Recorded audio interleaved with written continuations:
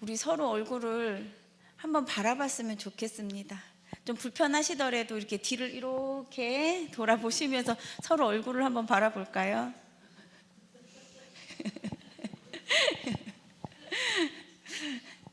그냥 여러분의 눈이 보고 싶었습니다.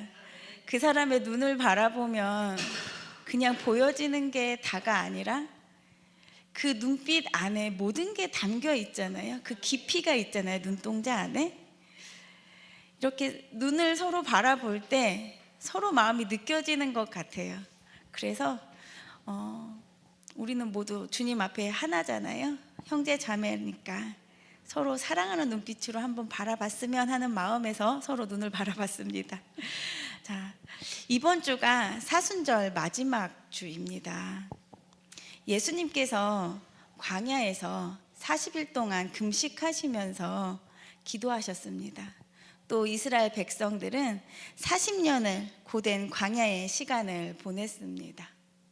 또 이 40이란 숫자는 노아의 방주 때에도 나오지요. 노아의 방주에서도 40일 동안 주야로 비가 내렸었습니다. 이처럼 사순절이라는 그 40이라는 숫자가 성경에서 고난과 연단 그리고 새로운 준비를 시작하는 그러한 의미를 상징합니다. 우리는 말씀 속에서 계속해서 하나님 앞에서 나는 어떻게 살아야 하는가 계속해서 이야기를 나누고 있습니다.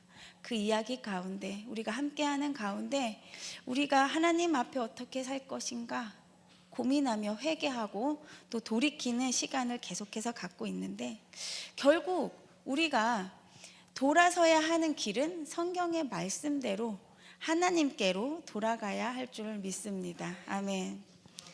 이번 주가 지나면 이제 고난주가 시작됩니다. 이제 예수님께서 예루살렘에 입성하시면서 가장 고통스러운 그 고난의 길로 이제 가실 시간입니다. 저는 이 고난 주간에 앞서서 왜 예수님께서 고통의 시간을 견뎌내야만 하셨는지, 왜 하나님 되신 본인이 예수님의 모습으로 예수님이 되셔서 죄인의 모습으로 이 땅에 오셔서 고난을 받으셔야만 했는지 고난을 받은 그 가장 낮은 자의 길을 택하신 예수님을 생각하면서 우리들의 마음도 예수님의 마음에 동행하는 마음이었으면 좋겠다라는 생각을 해봅니다. 세상 말에 사랑받은 사람은 사랑받은 티가 난다는 말이 있습니다. 그런 말 들어보셨지요? 사랑받고 자란 사람은 단순히 얼굴이 예뻐서 또 잘생겨서 사랑받는다는 그런 의미와 다른 결이 있습니다. 그들만의 특징이 있습니다. 사랑을 듬뿍 받은 사람은 세상이 나에게 우호적일 거라는 그러한 세상에 대한 신뢰를 갖고 있다고 합니다. 그래서 항상 낯선 환경에 가서도 사람들에게 삐딱하게 굴기보다는 나를 세우기보다는 편안하고 여유로운 태도가 나온다는 것입니다.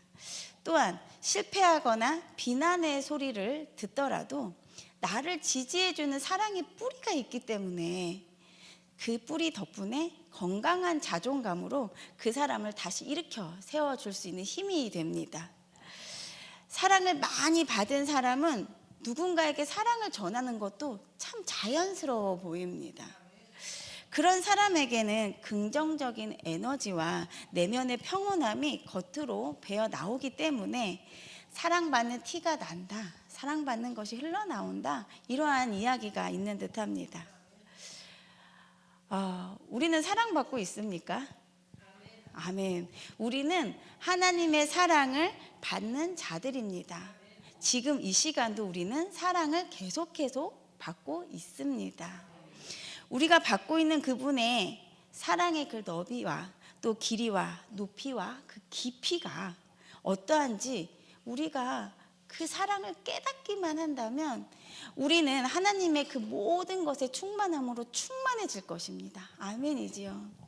그렇기 때문에 우매한 길을 걸어갈지라도 혹은 절망의 늪을 걸어갈지라도 죄의 길로 달려갈지라도 하나님의 그 사랑 때문에 죽어가는 자도 분명 반드시 다시 되돌이켜 주님 앞에 돌아올 것이라는 확신이 있습니다.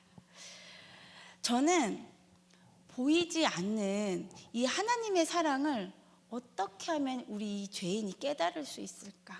어떻게 하면 느낄 수 있을까? 묵상을 해보았습니다. 사람은 자신이 알고 있는 것들이 맞다고 생각하고 그 맞는 것들이 전부라고 생각하는 오류에 빠질 때가 너무나 많습니다. 그러나 우리는 경험해보지 못한 그 이상은 우리가 알 수 없어요. 우리가 하나님의 사랑을 압니다, 이해합니다 라고 말하지만 하나님께서 알려주시는 계시의 이 이상은 우리가 도저히 알 수 없는 거예요. 주님께서 열어주시고 주님께서 느낄 수 있는 그러한 마음을 허락하셔야만 우리가 하나님의 그 사랑의 깊이를 더 깨달을 수 있다고 생각합니다. 그래서 이 시간 오늘 하나님의 사랑, 이 사랑 덕분에 우리가 지금 이 자리에 있는데 그 사랑, 그냥 사랑하면 단순히 그 깊이가 느껴지지 않아요. 우리는 이 사랑이라는 말이 너무 흔하거든요. 그렇지만 하나님께서 열어주시는 그 사랑의 깊이를 우리가 오늘 함께 깨달아 보았으면 좋겠습니다. 하나님께서 인류를 구원하시려는 하나님의 그 고난 속 사랑은 우리 구약의 역사 속에서도 계속해서 흐르고 있었습니다. 우리는 세상에 태어나기 전에 엄마의 그 자궁 속에서부터 부모의 사랑을 느끼고 태어나고 자라납니다. 하나님의 그 짙은 사랑을 우리가 어떻게 하면 가까이 느낄 수 있을까 생각했는데 그 생각 끝에 하나님께서 주시는 마음이 어머니의 자궁을 떠오르게 하셨습니다. 부모의 사랑만큼 우리 주님의 사랑을 느낄 수 있는 가장 좋은 방법은 없구나. 부모님의 사랑, 그래서 우리에게 부모님을 주셨구나 라는 생각이 듭니다. 오늘 본문 내용에 등장하는 모세의 어머니 요게벳은 희생과 사랑을 통해서 하나님의 사랑을 알게 하는 그러한 내용이 담겨 있습니다. 그 해산의 진통으로 나온 십자가 사랑으로 돌아오라 라는 주제로 우리 한번 본문을 함께 보겠습니다. 자, 제가 먼저 읽겠습니다. 레위 가문의 한 남자가 레위 가문의 한 여자를 아내로 맞이하였다. 그 여자가 임신을 하여 아들을 낳았는데 그 아이가 하도 잘생겨서 남이 모르게 3달 동안이나 길렀다. 그러나 더 이상 숨길 수가 없어서 갈대 상자를 구하여다가 역청과 송진을 바르고 아이를 거기에 담아 강가의 갈대 사이에 놓아 두었다. 그 아이의 누이가 멀찍이 서서 아이가 어떻게 되는지를 지켜보고 있었다. 마침 바로의 딸이 목욕을 하려고 강으로 내려왔다. 시녀들이 강가를 거닐고 있을 때 공주가 갈대 숲속에 있는 상자를 보고 시녀 한 명을 보내서 그것을 가져오게 하였다. 열어보니 거기에 남자아이가 울고 있었다. 공주가 그 아이를 불쌍히 여기면서 말하였다. 이 아이는 틀림없이 히브리 사람의 아이로구나. 그때 그 아이의 누이가 나서서 바로의 딸에게 말하였다. 제가 가서 히브리 여인 가운데서 아기에게 젖을 먹일 유모를 데려다 드릴까요? 바로의 딸이 대답하였다. 그래, 어서 데려오너라. 그 소녀가 가서 그 아이의 어머니를 불러왔다. 바로의 딸이 그에게 말하였다. 그 아이를 데리고 가서 나를 대신하여 젖을 먹여다오. 그렇게 하면 내가 너에게 삭을 주겠다. 그래서 그 여인은 그 아이를 데리고 가서 젖을 먹였다. 그 아이가 다 자란 다음에 그 여인이 그 아이를 바로의 딸에게 데려다 주니 공주는 그 아이를 양자로 삼았다. 공주는 내가 그를 물에서 건졌다 하면서 그의 이름을 모세라고 지었다. 아멘. 레위 사람 중에 아므람이라는 사람이 요게벳을 아내로 맞이했습니다. 그래서 아론 그리고 미리암이라는 두 아이를 낳았는데 또다시 아이가 생겼습니다. 그래서 임신해서 아기를 낳았는데 그 아기가 정말 잘생겼대요. 그 아이의 이름이 모세입니다. 그런데 이 모세가 태어날 때 이 시대는 참 처참하고 암담한 시대였습니다. 이집트 파라오 왕은 히브리 민족의 인구가 계속해서 증가하는 것을 보고 전쟁이라도 나면 이들이 이 히브리 민족이 원수들하고 합세해서 우리 이 나라를 치면 어떡하지? 위협하면 어떡하지? 라는 그러한 나라의 위협을 계속해서 느끼고 있었습니다. 그래서 파라오는 히브리 사람이 낳은 아들을 모두 다 죽여버리라고 국가적으로 명령을 내립니다. 이러한 상황 속에서 요게벳은 모세를 낳게 된 것입니다. 모세의 어머니 요게벳은 모세가 자궁 속에 날 때부터 자신이 뱃속에 아기 새 생명이 있다고 느껴질 때부터, 알게 됐을 때부터 그 작은 생명에게 긍휼함을 느끼기 시작합니다. 그 긍휼함은 무조건적인 사랑이었습니다. 그 점 같은, 제가 저번에 올챙이알 말씀드렸죠. 그 점 같은 데서 꼬리가 나오고 뒷다리가 생기는 것이 너무 신기하다는 말씀을 드렸습니다. 그것처럼 그 점 같은, 아무것도 내 뱃속에 느껴지지 않는 그 점 같은 처음의 시작임에도 불구하고 요게벳 엄마는 아이가 내 몸속에 새 생명이 생겼다는 것을 알게 될 때부터 이상한 긍휼함이 생긴다는 것입니다. 그것은 바로 무조건적인 사랑이 시작됨입니다. 어머니의 자궁은 한 생명이 인간의 형태로 만들어지기까지 모든 것이 완벽하게 갖추어져 있는 그런 신비로운 공간입니다. 이 성경은 히브리어로, 이제 구약은 히브리어로 쓰였습니다. 히브리어를 살펴보면 아주 놀라운 사실을 보았습니다. 구약 성경에서 하나님의 깊은 자비와 긍휼을 뜻하는 단어가 바로 라함이라는 단어입니다. 그런데 너무 흥미롭게 이 자궁을 뜻하는 이 단어는 히브리어로 레헴이라는 단어거든요. 그런데 이 두 단어가 어근이 같다는 것입니다. 즉 하나님의 사랑은 어머니가 자기 자궁 속에 아기를 품고 본능적으로 느껴지는 긍휼함과 애끓는 그 사랑 그 자체라는 것입니다. 엄마는 자궁 속에 생명이 있음을 알게 된 후부터 온 신경이 태아에게 집중됩니다.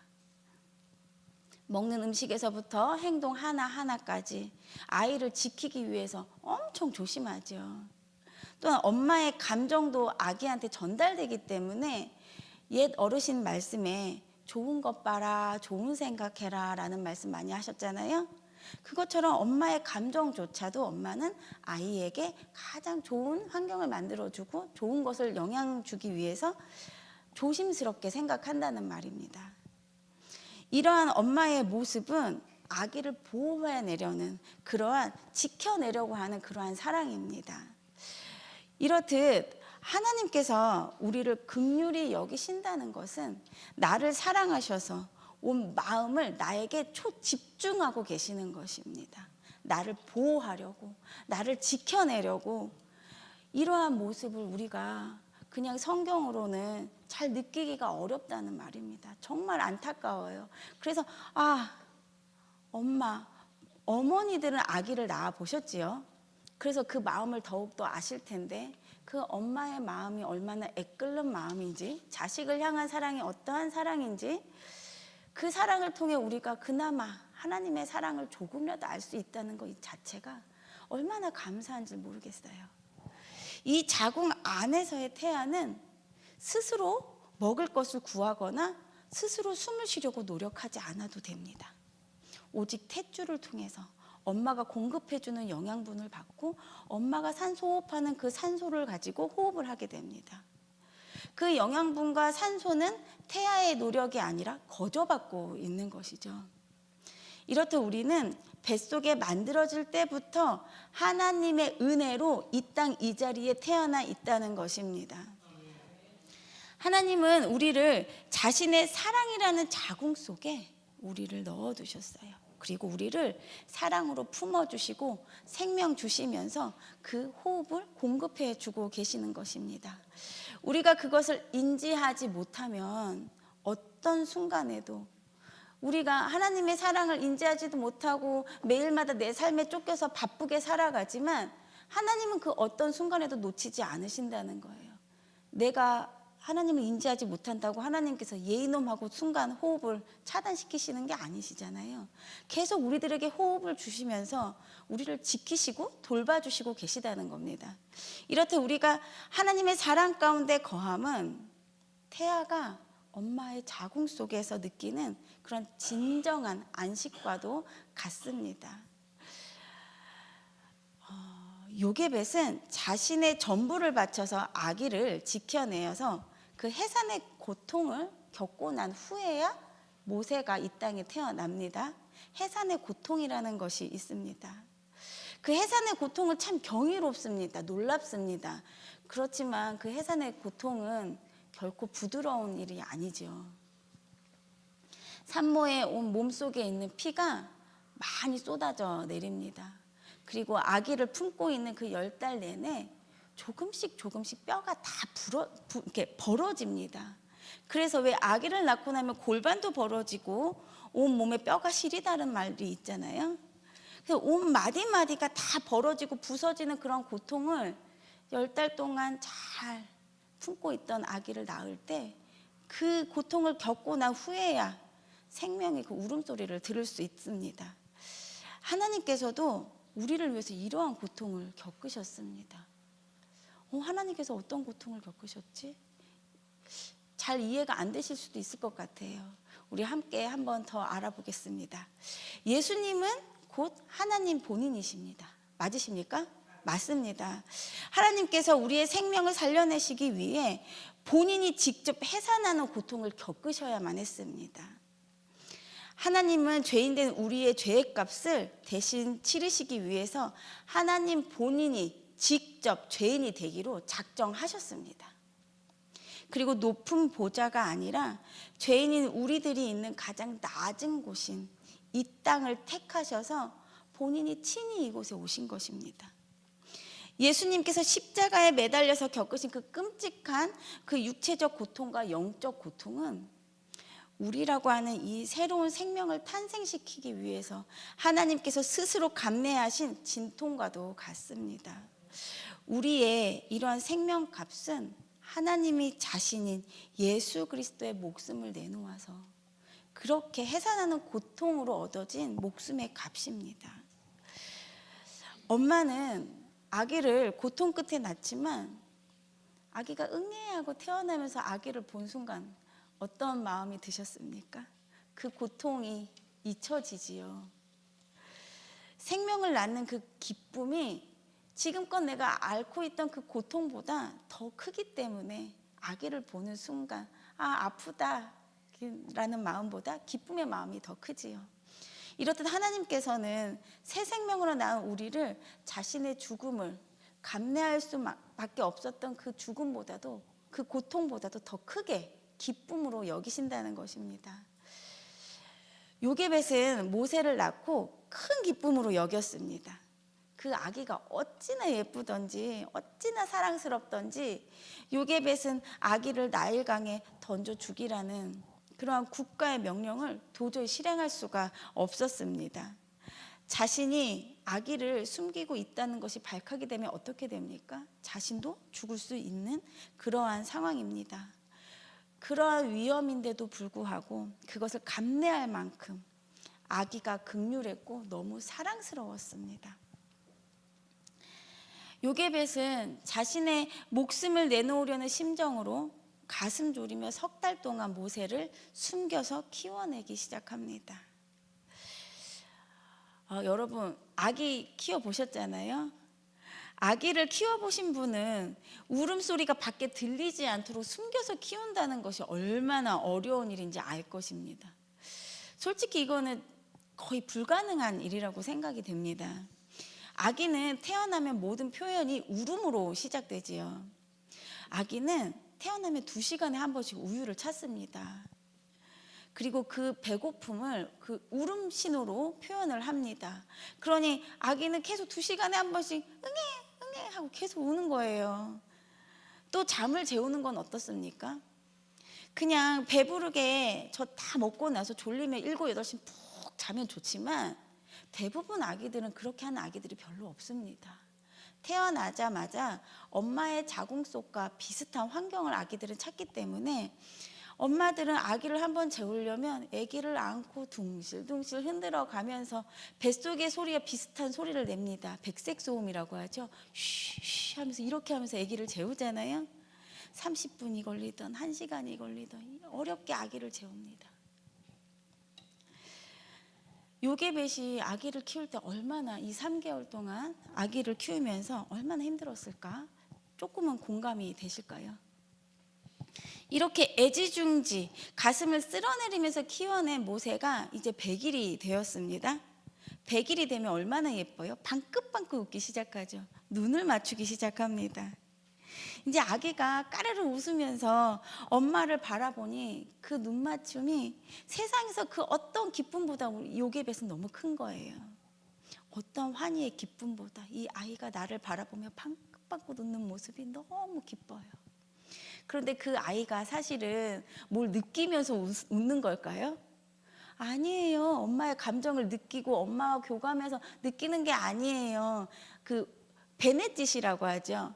그냥 얼굴 근육이 웃었다. 애기들은 그냥 의미 없이도 웃어요. 근데 엄마는 그 웃음 표정 하나만 봐도 와, 얘 웃었다고 막 이리 와봐, 얘 웃어 막 한번 웃겨보려고 애기를 그렇게 막 예뻐한단 말이죠. 이럴 때 하나님께서는 저와 여러분을 보실 때 이러한 마음으로 보고 계신다는 거예요. 우리가 하나님을 바라보면서 뭐 진정한 의미가 담기지 않을지언정 우리가 이 땅에 살면서 내가 기쁘게 살아가는 이 모습을 보면서 하나님은 덩달아 기쁘신 거예요. 그냥 기쁜 게 아니라 어떻게 하실 줄 모르는 거야. 너무 예뻐서. 그런데 스가랴에서 이런 말씀이 있어요. 스가랴 3장 17절 말씀에 주 너의 하나님이 너희 한가운데 계시니 그는 구원을 베푸실 전능자이시다. 그가 너로 말미암아 기뻐하시며 사랑으로 잠잠히 계시며 너로 말미암아 즐거이 부르며 기뻐하신다. 저는요 이 구절을 보는데요, 기뻐하시다는 뜻이 전에는 그냥 기뻐하시는구나 그냥 그렇게 느껴졌거든요. 근데 이 엄마가 아기를 바라보는 그 기쁨을 생각하니까 이 기쁨의 깊이가 느껴지는 거예요. 하나님이 나를 바라보시는 이 기쁨의 깊이가 어떤지. 그냥 웃는구나. 아니요, 이런 마음이 아닌 거예요. 우리가 하나님 감사해요. 감사하며 주님을 바라볼 때마다 주님은 그 기쁨이 너무너무 즐거운 거예요. 사랑으로 잠잠히 바라보시는 거예요. 그 즐거움으로 하나님께서 더 기뻐하신다는 거예요. 얼마나 감사해요. 우리는 이렇게 사랑받는 존재입니다. 하나님께서는 내가 하나님께 무엇을 더 잘하고 능력이 있어서 그래서 기뻐하시는 것이 아니라 내 존재 자체를 바라보시는 것만으로도 기쁨을 주체하지 못할 만큼 즐거움으로 기뻐하십니다. 이제 요게벳은 자신과도 같은 이 기쁨의 아기를 더 이상 숨길 수가 없게 되었어요. 그래서 이제 억장이 무너지는 결단을 할 때가 다가옵니다. 요게벳은 아기를 갈대 상자에 넣습니다.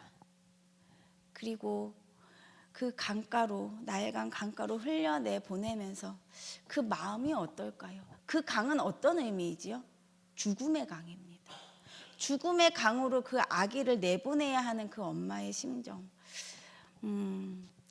요게벳은 갈대 상자에 물이 새어 들어가지 않도록 역청을 바르고 또 송진을 바르며 자신이 최대한 할 수 있는 노력을 끝까지 다합니다. 아기를 지켜내고 싶어서. 그런데 결국 요게벳은 자신의 힘으로 다 해보지만 한계를 느낍니다. 내 힘으로 도저히 이 아이를 지킬 수 없구나. 그래서 하나님을 바라보게 되죠. 요게벳은 아기를 포기한 마음이 아니었습니다. 하나님의 일하심을 온전히 의지할 수밖에 없었습니다. 100일 된 아기를 죽음의 강으로 내보내야 하는 그 엄마의 찢겨지는 심정은 아기는 차마 알지 못할 것입니다.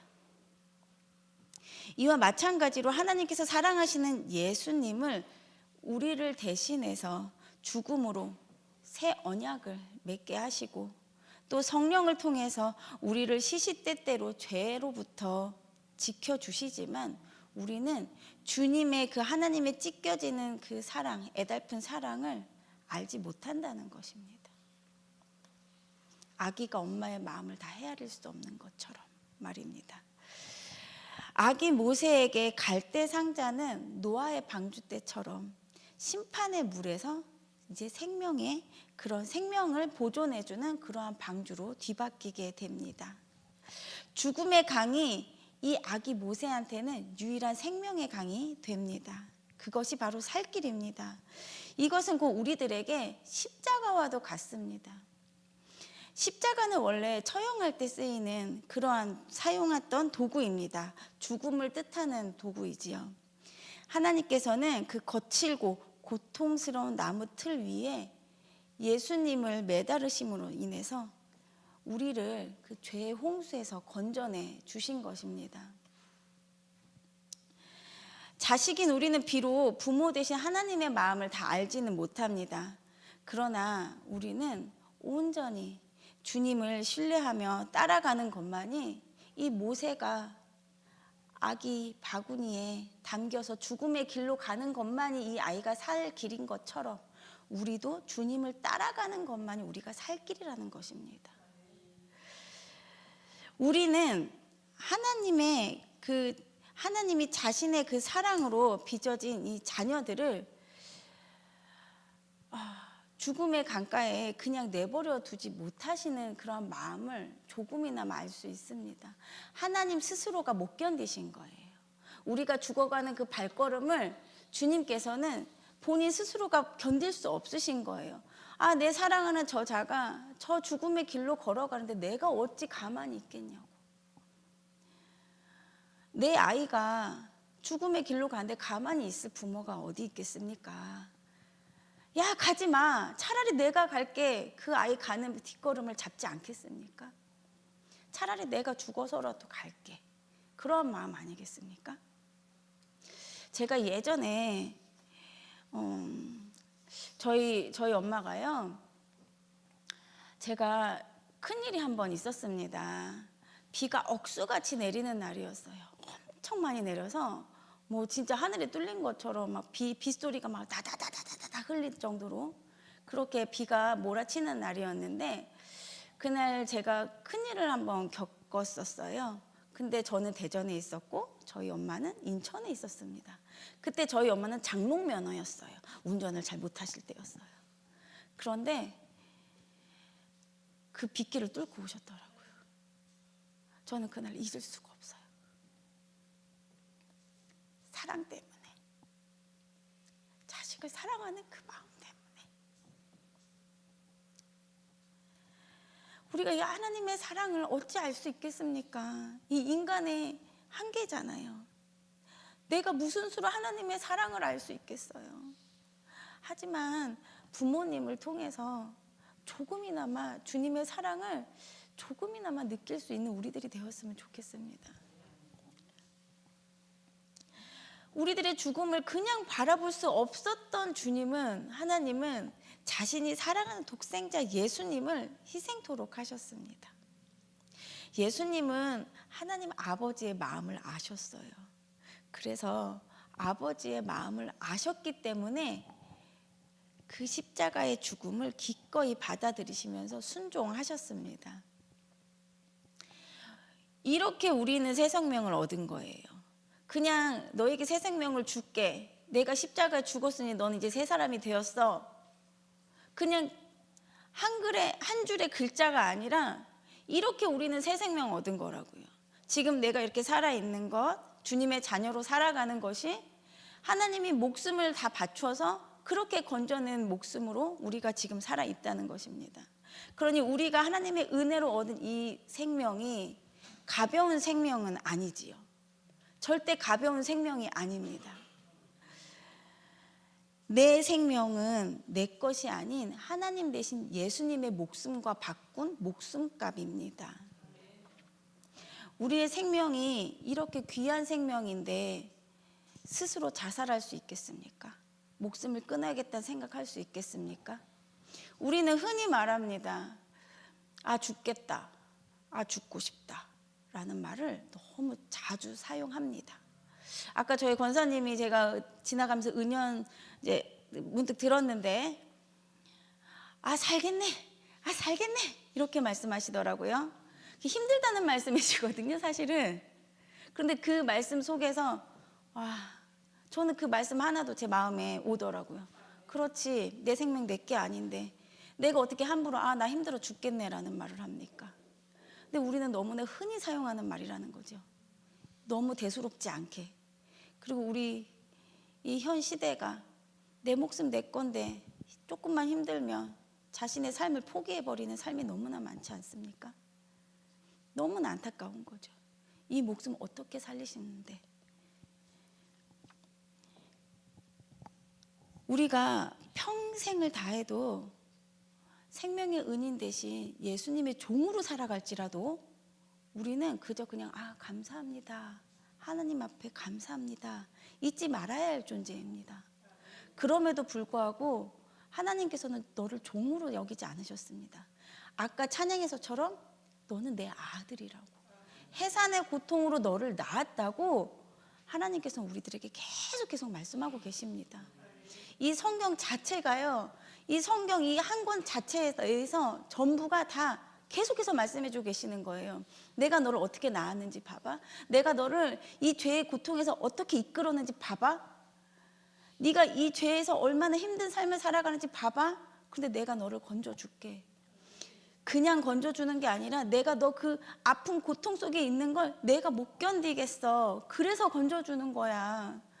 너 잘 되기 위해서 너 나한테 잘하라고 건져주는 게 아니라 너가 아픈 걸 내가 못 견디겠어.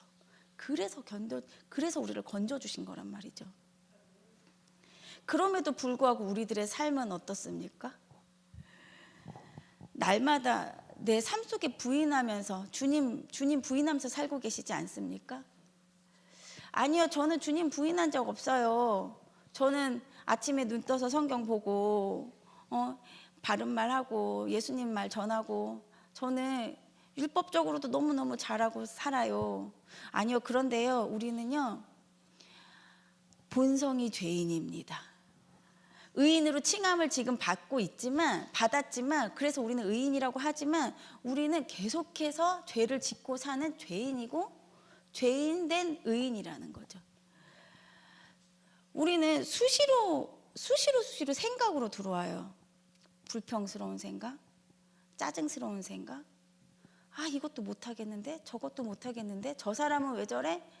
아, 이 꼴도 못 보겠고 저 꼴도 못 보겠고 쉴 새 없이 생각으로 들어온단 말이죠. 이게 바로 주님을 부인한다는 것입니다. 그 생각을 따라가는 삶. 맞아, 아, 저 사람은 저래, 아, 맞아 내 안에 있는 소리에 내가 짝짝꿍할 때 이것이 바로 죄라는 것입니다. 도덕적으로 법을 어기고 또 다른 사람한테 해를 입히고 끔찍하게 범죄를 저지른 자만이 죄인이 아니라 하나님 앞에 사는 우리가 하나님을 부인하는 것. 하나님이 우리 안에 계십니다. 하나님 내 안에 계신다고 하셨잖아요. 그럼 내가 드러나는 게 아니라 하나님 자체가 드러나야 되는 거잖아요. 그런데 하나님이 아니라 내가 드러나는 것 자체가 죄란 말입니다. 하나님을 부인한다는 것. 인간은 자신의 생각과 감정을 따라서 삶을 살아갑니다. 그렇죠? 감정과 생각을 따라 삶을 살아갑니다.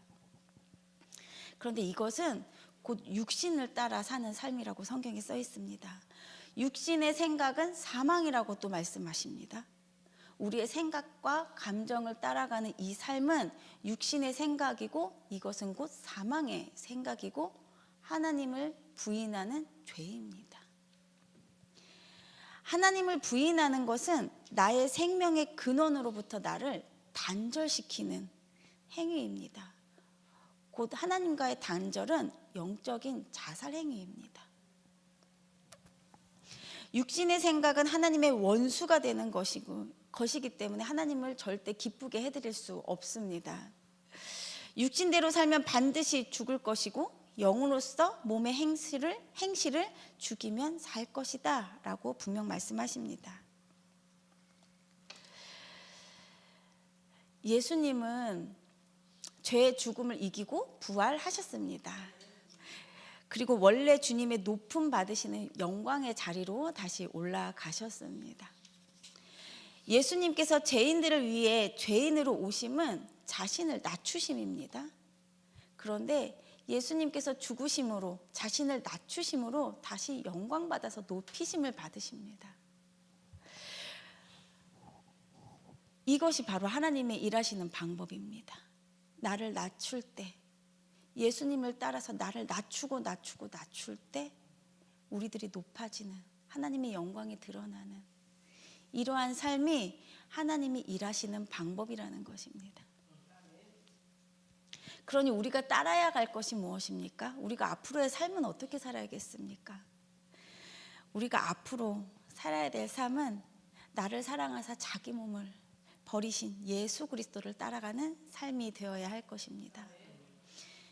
즉 죄인을 위해서 직접 죄인 되셔서 낮은 자로 죽음의 길을 택하신 예수님처럼 우리도 날마다 내 육의 생각을 버려서 겸손함으로 낮아지는 삶을 살아야 할 것입니다. 사랑하는 성도 여러분, 저와 여러분은 하나님의 지극한 사랑으로 새 생명을 받은 다시 태어난 사람들입니다. 하나님의 뜨거운 사랑으로 생명받은 저와 여러분은 하나님의 사랑을 입은 티가 나야 합니다. 하나님의 사랑으로 얻어진 생명으로 내가 호흡하고 있기에 우리는 육을 따르는 생각과 감정의 삶이 아니라 이제는 하나님께서 나를 통해서 드러나는 그러한 삶으로 살아야 될 것입니다. 우리는 흔히 부모를 업신 여기는 자를 이 망나니 같은 녀석 혹은 페류나라고 합니다. 우리는 결코 나의 아버지 되신 하나님을 업신 여기는 영적 페류나가 돼서는 절대 안 될 것입니다. 지금 이 시간 육을 따라 살며 주님을 부인한 죄들이 내 안에는 없었는지 돌이켜보는 시간이 되었으면 좋겠습니다. 하나님께서는 나의 죄 때문에 이 땅에 오셨으니 내가 주님께 죄를 회개하고 돌아설 때 하나님께서는 우리를 긍휼하게 바라보시고 끝까지 품어 주십니다. 이것이 바로 우리를 향한 변함없는 하나님의 신실한 사랑이십니다. 우리 모두 하나님의 사랑의 용기로 돌이키셨으면 좋겠습니다.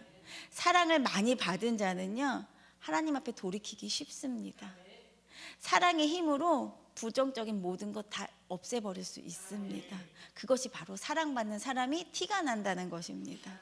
우리 남은 한 주도 하나님의 사랑이 티가 나는 삶으로 주님께 드려졌으면 좋겠습니다. 우리 함께 아까